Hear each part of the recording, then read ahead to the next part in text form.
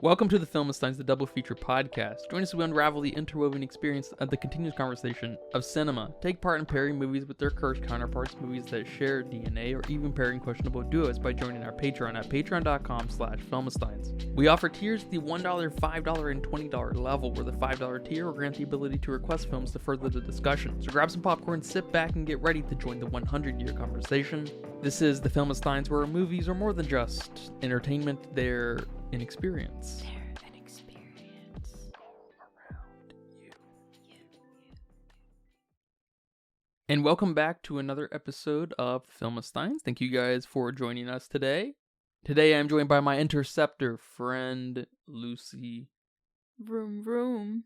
Remember, we post every Monday, Wednesday, and Friday with brand new episodes of the Filmistines. Some recent episodes include Memories of Murder, Bong Joon-ho's other film, Mother, Kingdom of the Planet of the Apes of the movie, Sasquatch Sunset, and the first Mad Max from way back when movies sucked.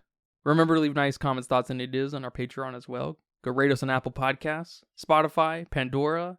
Remember to come by our Patreon and write in, request a movie, subscribe. We appreciate all the support.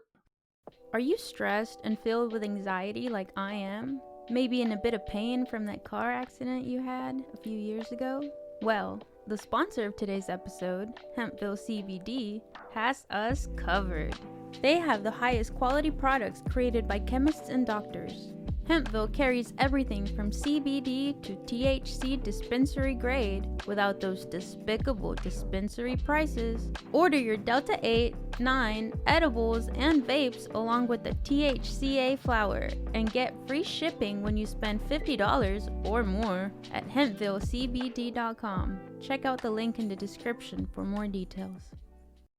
But today we'll be discussing George Miller's 1981 hit Mad Max 2, The Road Warrior. Mad Max 2, aka The Road Warrior. Yeah, what a ballsy thing to do to just completely change your title. Yeah, not many films do that. I can't think of anything that does that. Yeah, exactly. Like, you have strange ones like Alien and Aliens, and then you have Alien Cubed for the third one, but there's still a 3 involved, so okay. That's fair. Is that how it's said? Alien Cubed? No. Oh, okay. That's just you. All right. That's just David Fincher. I believe Mad Max 2 is the favorite of the original trilogy. We'll come to learn that I think they're probably all up just about as good from 1 to 1. But I do like Mad Max 2 more than I used to after watching it this most recent time. There's some interesting parallels I never picked up on. There's some interesting orderly things versus the chaos of the natural world. And the most obvious, a delve into the truer form of Mad Max as a franchise, I guess. But being hot off the heels of the first film, I'm very curious how you feel about Mad Max 2, especially because you apparently liked Mad Max 1 more than me. This movie was pretty good. Is it better than the first one? I don't know. This isn't an obvious one for me to say, no, the first one's obviously better. They're on similar playing fields? Nice. They're on similar playing fields, yes, for sure. It's different than the first one. It's very different. It's such a weird evolution, right? Yes. It's like a natural evolution, but it's so bizarre to see this kind of evolve in a more chaotic way. And as you'll see, that evolution will come kind of full circle and we start to see, factions, proper factions and societies pop back up. But it also feels like a different tone. Yes. To the movie. Almost a different genre of movie. I'm not quite sure what exactly were, the differences, but it just felt different. But I liked it. I liked that we added some, oomph to this movie. We brought in a comedic relief character, which we didn't really have that in the first movie. We introduced a narrator, sort of, just I guess in the beginning and then the end, and he was hidden throughout the movie. So yeah, I would include that as a narrator. We have crazy action, and we have crazy action in the first one, but this action just seemed more choreographed and more planned than the first movie. And we also have a plot twist. Everyone loves a good plot twist. Especially movies back then. I don't know how popular plot twists were back then. I just feel like they're so recent, or like, movies today are gonna have a plot twist if they're any good. I don't know. Is that just me? But we also have a proper Mad Max. I like what you said here in this movie. We're establishing what Mad Max is. I spent some time thinking about what this movie is saying, really, and it's the movie that starts to build him as a legend, which now I get. I get why you said that about the first movie and about the 2015 one. That Mad Max is this sort of like legendary, mythological god, whatever. Like, he's just a legend that people speak of. I'm like, is he though? Like, he's clearly right here in the first one. I see him. He has a wife and kid. Nothing legend about that. But I get it. I get it now. I see it here. I love it. I love what they did there. But again, it just doesn't have that same vibe that the first one has, which is what I liked a lot about the first one. We still have some surrealism here, but we don't have that bizarreness. And we don't have that kind of horror element that we kind of talked about in the previous episode. We don't have that here. And those were probably my two favorite things about the first one. Yeah, I think we sacrificed some of these horror elements, especially some of the surrealistic elements, for some proper storytelling and proper development of like archetype characters and stuff. We don't have real development as far as characters go, but we have almost this Aesop fable kind of allegorical just story that is passed down through the times, which we get a great representation of the little boy who grows up telling this story to us, to whoever is his kids or whatever, right? Kind of thing, which is very cool. And yeah, it helps build that mythical presence of Mad Max. Yeah, it's like a story you tell around the campfire. And no one believes it, and you know? Yeah. Because everyone else who was part of it is dead or something kind of thing. But everyone's heard the story. Everyone's got their own interpretation of it. You can kind of feel that happening. And it's very cool in its messaging. But we sacrifice some of the unspoken surrealistic kind of things that pop up in film for a little bit more of a controlled absurdism, in that the rival gang, the ones who wear black and leather, are deeply in tune with their animal kind of instincts and stuff. And so it's a real contained form of absurdism versus these so-called more civilized people in kind of robes and beige color. Yeah, that's a great way to put it, because these characters, especially the bad guys, must have looked really weird to people back then. People back in the 80s. Like, what the fuck am I looking at? I don't know what other movies similar to this came out around that time. You know, I'm still stuck with my Karate Kid. So I don't have a great comparison to what people are seeing on the screen right now. What kind of action is happening on the screen. I'm sure the Rambo movies were around this time, but they're not quite that kind of action. But it's not quite surrealism. You know, these people being tied in front of their cars and them dressing the way they're dressing. It's more on absurdity. Because we also have that scene, and that's probably maybe the weirdest scene to me that I could categorize into the bizarreness from the first one, but barely. And it's the scene where Max has the Gyro Captain tied up in the back of his car, and the dog has a bone in its mouth, and that bone is tied to the trigger of the gun, and I guess if the dog moves, he's dead. And that's probably the most bizarre scene that I could find. But it doesn't quite feel surrealistic. It felt more absurd, which I like that. I like that you could put a word to it for me. One thing I want to focus on is this desire to keep the natural world out. Like your house. We have this settlement harvesting oil. You know, they're literally fenced in, right? Keeping the mongrels out. But we see this repetition of kind of humanity versus animalism. Mm-hmm. And we literally have the spectrum of it. We have humanity with some kind of sense of order and how things should be. And then we have the animalistic side of humanity. But we also have that in between with the boy who literally comes in and out of it. He has a hole that can enter the compound and go outside. Just like how we put up all these barriers to detach ourselves from the natural world, right? We have air conditioning, we have walls, we put bug spray down, right? To keep the outside world out and to kind of live in our little paradise, but always being challenged with the outside. You got to cut your grass and get the weeds away from the house, got to get the bugs out and stuff. I love it.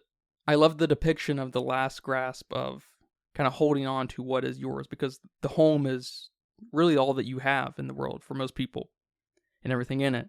But you constantly are challenged with taking care of it and the upkeep. And so we start to build this almost literal kind of mirror or window, you could say. And we even have kind of reciprocal characters on both sides, with both of the leaders, and more specifically, them having their so-called dogs. Because we literally have Humongous calling his main man, or whatever he is, the road dog, and he's on a chain at one point. It's very literal. It's unmistakable.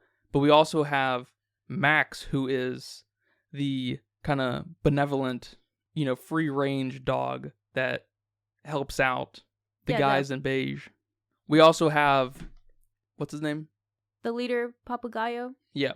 And we even have this like parallel between two different kinds of animals. The ones who are like Max and not fucking crazy. And then we have the road dog who needs to be on a chain at certain points.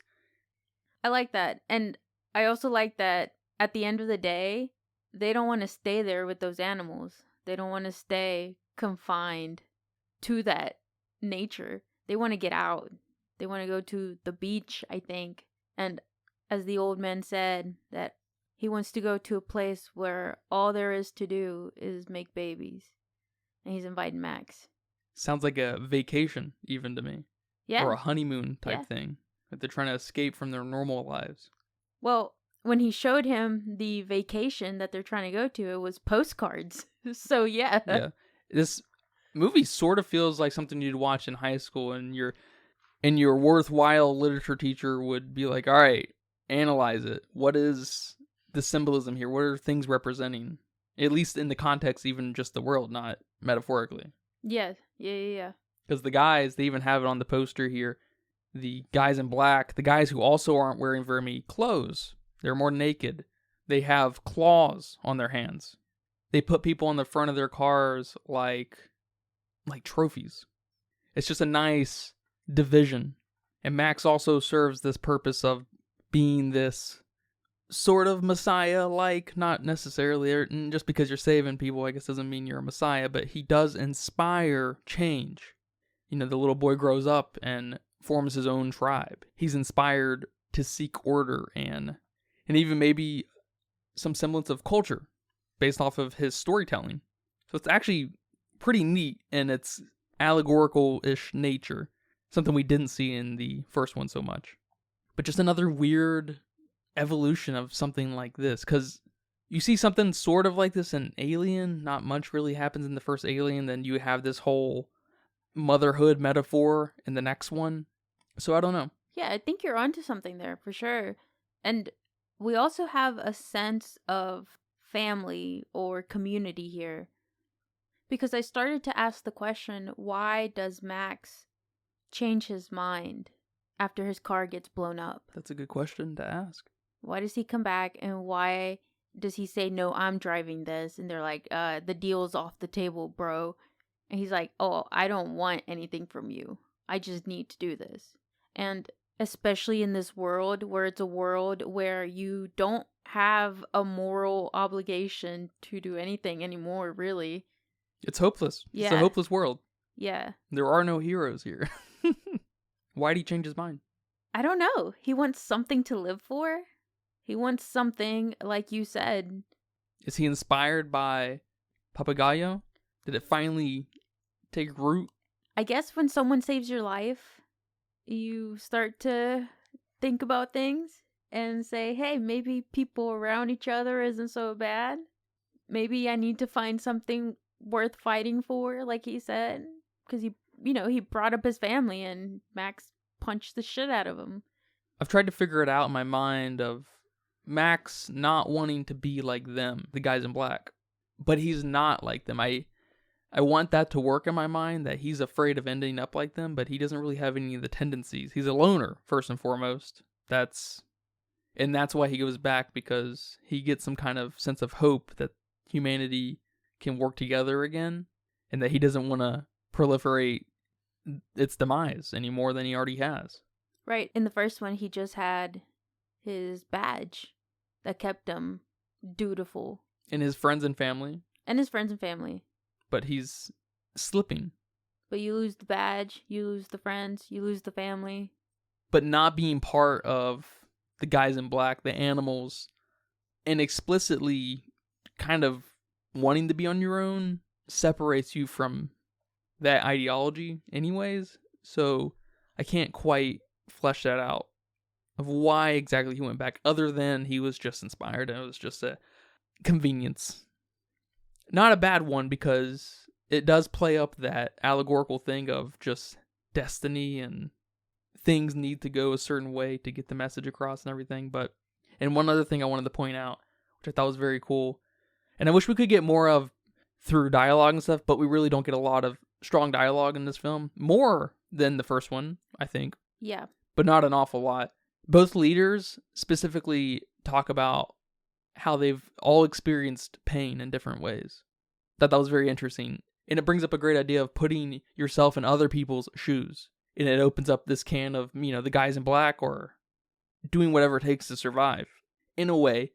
Yeah, you gotta rape a couple women to survive. Yeah, there's some questionable decision making, right? He's got this band of savages. It's hard to speak of suffering and pain when you jump to it as your first response. Yes. There's, as far as we can tell, we jump, just like Max, we jump into this film when this altercation has been going on. So maybe there has been some diplomacy, right? Maybe there has been some one-on-one with the leaders, talking it out, and it just hasn't worked out. It's hard to say. I didn't get any indication of that. Maybe the two leaders should have been brothers at a time, kind of thing. I'm not sure, but I did and didn't like that. It kind of holds this movie back in that way. But just another very cool parallel between the two. Yeah. No, I agree. How did you feel that we gave Max a dog? Well, I was just thinking that it's funny that we immediately jump in this movie with Max having that dog to set up this symbolism of, man and dog. So we extrapolate that to Humongous and his dog, and then the leader of the guys in beige, Papagayo, and his dog. Who is his dog? Well, it becomes Max. Briefly, he's a free-range dog. So it's a great through line, and it comes up in a really great way again when he gets killed, right? When the dog gets killed. And that's just another thing that tips Max over. He's losing more people he loves, or more things he loves, right? When are we going to stop the pain and suffering? Right now. We're going to fuck these guys up. Well, I guess he didn't go out with the idea that he was going to kill all these guys. He was just trying to help the good people, but... Yeah, he wasn't a John Wick here. But he knows he knows what's about to go down. What do you think of the dog? I like the dog. The dog was cute. I love that we gave him a little red bandana. That was adorable. Max also had a red bandana. Did he? Yeah, on his arm. They were matching? Oh, I didn't even notice. That's even cuter. But I like the dog. I like this idea of him having a companion, having something to kind of resemble a family unit. But man, why did we have to kill the dog? It's because you just said it. It's his family. But why? We gotta set Mad Max off. He's Mad Max. When did Hollywood stop killing dogs? We need to bring it back. I need a t-shirt. No. Make the dog die again. No. Ever since I saw Crawl, I realized Hollywood was on a path to stop killing the dogs. And I'm for it. I'm tired of being just overcome with emotion when they kill the doggies. So I just thought that was interesting. That's just what you watch on TV back then. And not so back then. I mean, it's very recent. Crawl was 2019.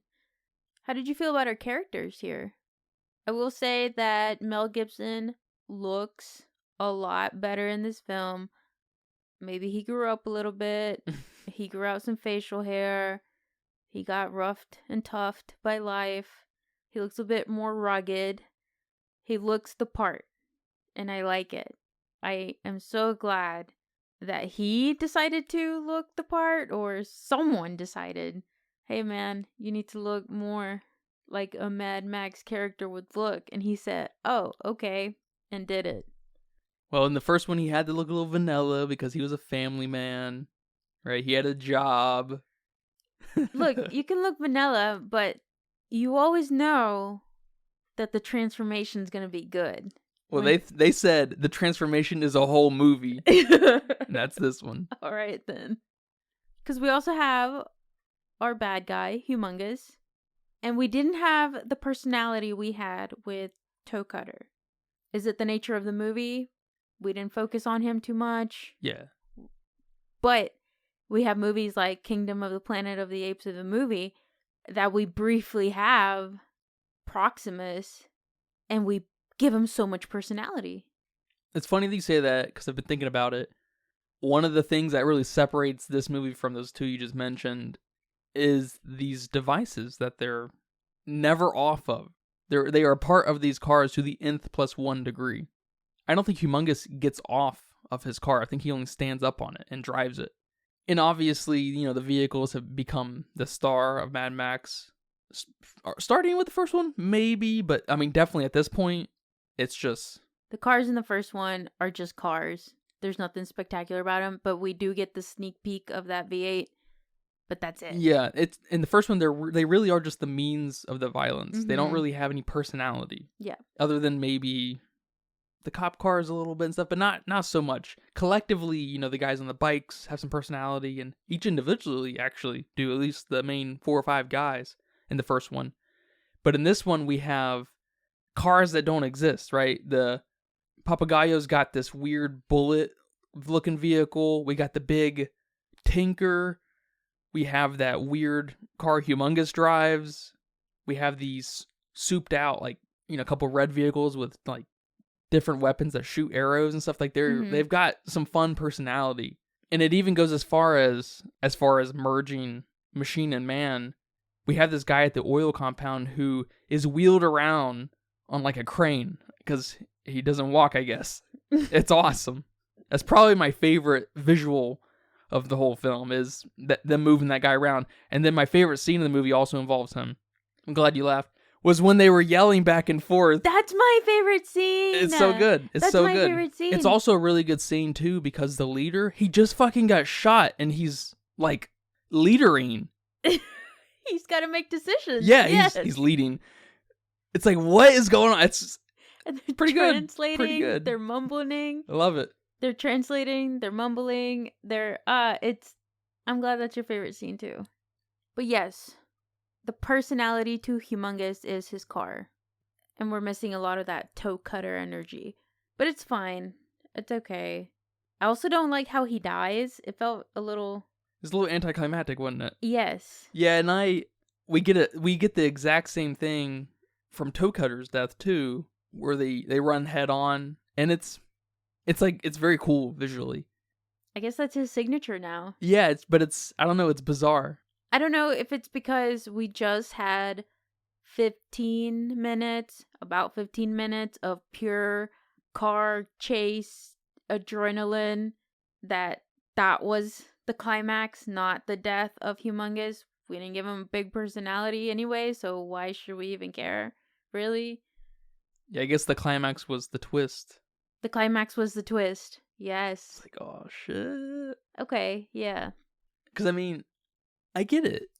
How do you make a violent climax when the last 15 minutes are insanely violent and cool? Those 15 minutes are so violent and cool that it sparked Fury Road. Yeah, which is I don't know, 95% of it in a road chase. Yeah, I guess they hop off for a little bit to get on some bikes to get back on the road. How did you feel about the kid and the Gyro Captain? The kid reminded me of Spider from the new Avatar, Wave of the Water, whatever that's called. Wave at the Water? wave the water. I don't know. Wave at the water. The water waves. The water waves. Spider's garbage in the new Avatar movie. Yes. The kid's a little annoying here, but I think just kids are annoying maybe. But that's fine, you know. Everyone should be a little bit annoyed, you know. How do you know you're alive unless you're a little bit annoyed? That's true. I'm very alive. But I love what he represents, like I was saying earlier. He is this in-between. He is this literal manifestation of hope and change. He doesn't speak. As far as we know, he can't speak. He's very devolved in that way. Where is he from? I don't know. Is he Humongous' son? Is he baby Humongous? I guess he learns to speak, right? He's our narrator. He learns to speak, and it's awesome. What he represents is awesome. Then from the narration standpoint, it's awesome, but like when he shows up, I'm just like, when he kills the guy with the boomerang, I'm just like, I mean, that's cool, but it's shot weird. Yes. When he sneaks on the truck and gets in the front seat with Max at the end, I'm just like, you know, he makes me just feel like they have a great reason why he needs to be here, but they can't justify it plot-wise. And so I'm a little just like, why are you actually here kind of thing. Yeah, and especially because we didn't make Max have any heartfelt moments with his kid in the first one. Yeah. It's a little forced maybe in that way. Yes, because he gives him that little happy birthday Music box. Thank you. So there's something here in Max that sparks fatherhood. I don't know. And, you know, the kid tries to go with him when Max is leaving. So there's a bond here we're trying to force. But we didn't give that to Max. Yeah, and that's only reinforced really through this grasp on order thing that is being thinned out at every moment in this movie. I mean, in reality, those, you know, the guys who left to find greener grass, they were all slaughtered on the road. In reality of this, in this world. Dang, and here I thought that guy was out there enjoying his vacation. No. So yeah, maybe it feels a little forced to kind of put this kid on Max, you know, this dog on Max. It's almost like we're making him a different character from the first one. See, that's the difference that I'm talking about with these movies. It's like, you know what? Let's just scratch that we made that first one. And here's what we actually meant to make now that we have money from the first one. I mean, I get that, but there's also this very linear evolution of the world. True, it's so true. That's man, I can't get over. I can't stop saying it. True. You can't overstate it. It's so bizarre. You're the right. evolution is very, very bizarre. You're right about that. Yes, they should have made Max in the first one maybe a little more family oriented. Maybe a little more loving, a little bit more. At least to his kid, because he did with the wife. We do have a tender moment where they're like laying down on a blanket. Sure, yeah, that's fair. But I don't even think Max knew he had a kid. Yeah, the baby was weirdly missing in scenes in the first movie. Because I think they were having like a picnic type thing, and the baby was with them, but it wasn't literally with them. It's just like, man, shouldn't your baby be with you? Why is it in the car? Yeah. It just screams production complications. Oh, okay, yeah. And like you said in our previous episode, maybe we just needed the baby to give that really great cinematic scene where the mama and baby get run over and we see the little shoe and the ball rolling. Because even at the end of the first one, he is at the hospital with his, soon-to-be dead wife. I mean, she's all but dead, right? No one has ever said soon-to-be dead wife. The lucky ones have.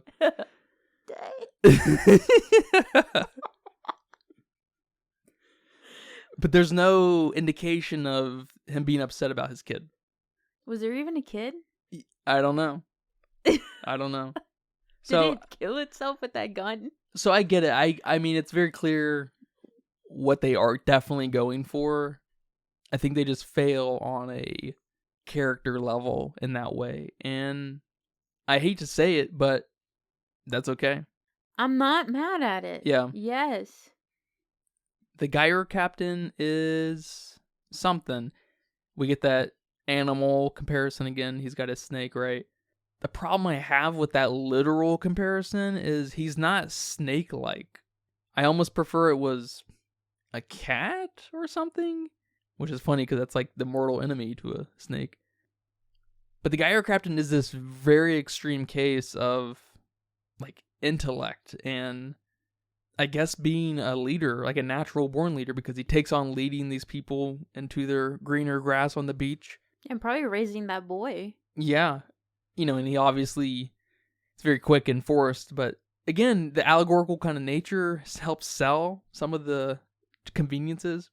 He immediately falls in love with that girl, tries to run away and stuff. He loves being here. He loves the order of things. It's fine, but I'm not in love with the character. I wanted to like the character a bit more also because we're trying to give Max a best friend. Just another echo, right? And he even says it, like, don't you want a partner? Yeah, very literal. Yeah. And Max is like, no, sorry. So I don't know. I don't know if he's in the next one. I can't wait to see if any of these people are in the next one or if this is just like a short story of this one instance. Is Max even in the next one? I don't know. I haven't looked at the movie title, so I can't wait to see it. I will say the props in this movie are pretty cool. We don't have much to work with because it's desert and barren, but we do have that compound, which is really cool. I love what you said about the crane. I like that fire machine gun thing, whatever that thing is called. Flamethrower. The flamethrower, thank you. I love the bus, and it has a fake door drawn on it. And I like the Gyro Captain's helicopter. I don't know if I've ever seen anything quite like that in a movie. How did they make him fly back then? Don't tell me that he was actually flying. Yeah, so a lot of the flying machine was real. The crash scene obviously was done relatively safely with a crane. That's awesome. All the cars are real. That's awesome. I love it. You know what? I like that movie a little bit more now because of that. I do hate that his car gets destroyed right after he loses his dog. It's so sad. Last thing I want to bring up is the ending. And I thought it was obvious that Max knew there was sand in the tank and not real gas. But according to the internet, it's this ambiguous thing. It's a question. Did Max know? Did he not know? What are your thoughts on that? I thought he knew. I thought that this was the plan. I thought we were being tricked, not Max being tricked. Yeah, it's kind of an interesting thing, isn't it? Is it ambiguous? I didn't take it as ambiguous. He seemed like, what the fuck? He didn't seem mad or anything. He was just like, what the fuck is going on? So you don't think he knew? I don't think he knew. But it's kind of funny because, of course, the leader would have known. And he was, of course, very willing to sacrifice himself, basically. Yeah, he got shot. He probably knew he was a goner soon anyway.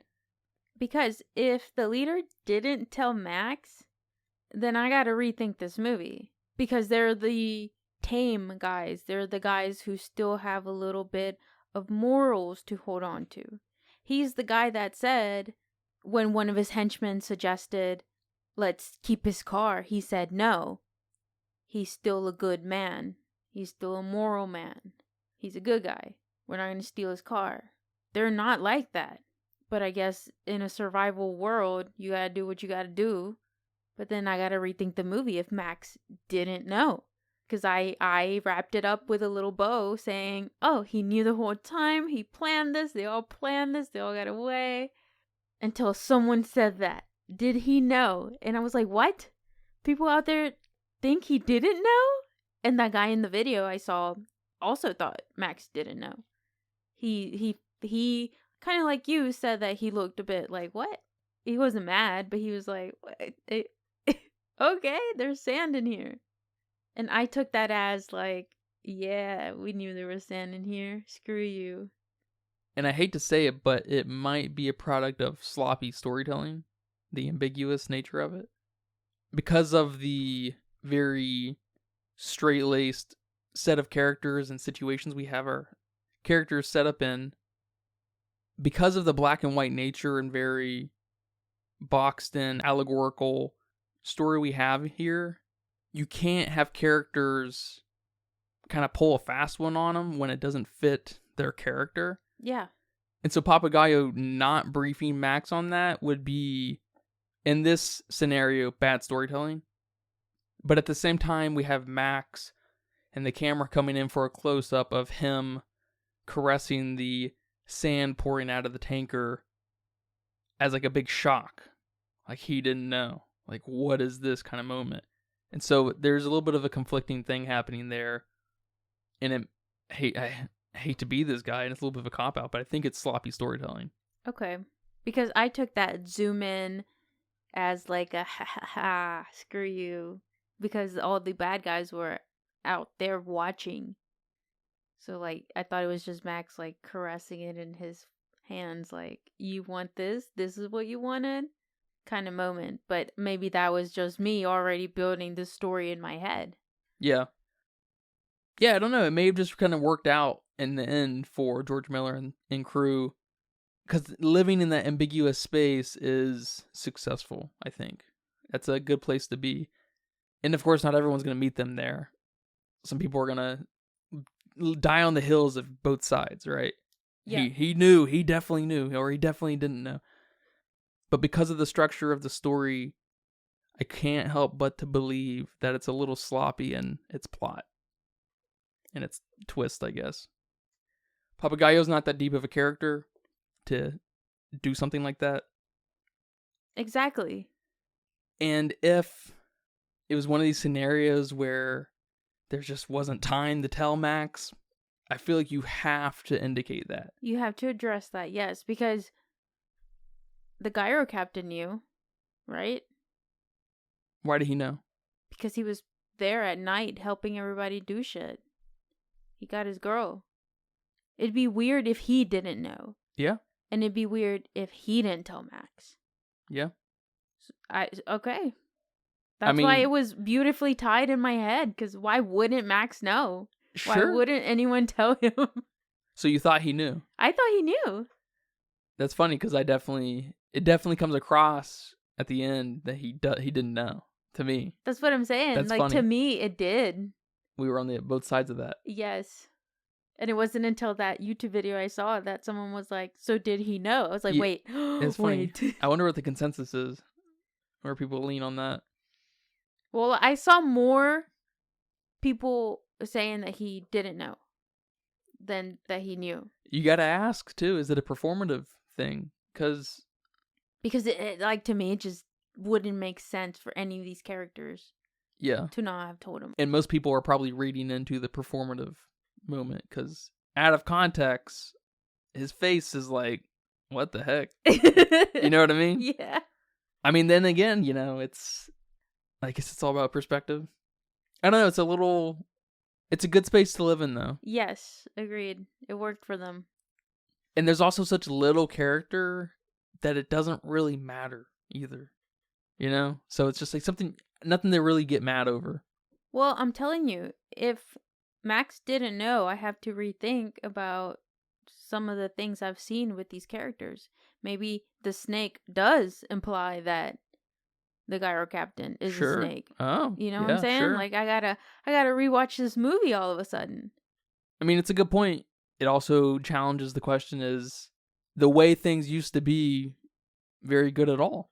Very just at all, Yeah. Is Papagayo even worth believing in? He might have an old time mindset, and that's what, some people want.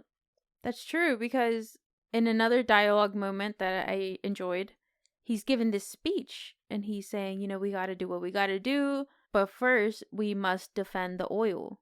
We must defend the fuel. And that's when the lady says words, just words. Which I like that because I feel like that's something we would still say today in a lot of films, in a lot of day-to-day conversation, words. It feels like something to be out of a Shakespeare tale. Yeah. So I like that little exchange, but that's what she was saying. Like, you're just saying words, dude. It's begging And it's just another example, man. Just so many movies are. It's begging for 15 more minutes, 20 minutes of dialogue. Character development, not necessarily some growth arc, but what are driving these characters just a little bit more. Because those kinds of moments compete against that allegorical structure. Because they imply something, and you don't have implications in an allegorical story. Yes. So, I get you. I can't say it enough, man. Mad Max is bizarre. It's a bizarre franchise. It's a bizarre evolution. I like it. I'm here for it. All right, man. Well, thank you for watching Mad Max 2: The Road Warrior with me and talking about it here today. You're welcome. Thank you for making me watch this, because I also would not have watched this without you. Do you have a budget guess?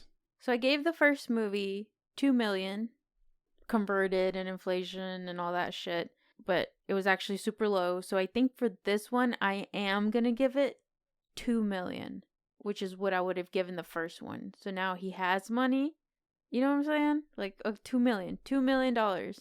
Although he made a lot of money from that first movie, so maybe he went big. So in 1981 money, it was around $4 million. Okay. And in 1981 money, it went on to make $35 million, which is $120 million today. Ooh. And with 238,000 people over on Letterboxd, they weighed in at a 3.9. 3.9. Okay. It's super high. It's pretty high. I gave the first one a 3.5. I don't know if I would give this one a 3 or a 3.5. There's just this personality to the first one that I really enjoyed that the second one doesn't have, but it doesn't make it a lesser movie. It just makes it a less my type of movie. I don't know, because it's still my type of movie. It's still action, it's still cars, it's still weirdness. I don't know. 3.5. I gotta think about it. Yeah, I'm somewhere in the 2.5, 3 camp. I like it more than the first one, but not an awful lot. So I don't know where to place these films because they are so bizarre to me. I just can't. I don't know. But yeah, man, thank you for watching this movie with me and talking about it today. And thank you guys for listening to this episode of The Filmistines. Remember, we post every Monday, Wednesday, and Friday with brand new episodes on patreon.com/Filmistines, Spotify, Pandora, Apple Podcasts. Remember to leave nice comments, thoughts, and ideas on our Patreon as well. Come request a movie. Come subscribe. $5. We appreciate all the support. But until next time, take care. Bye-bye. Bye-bye.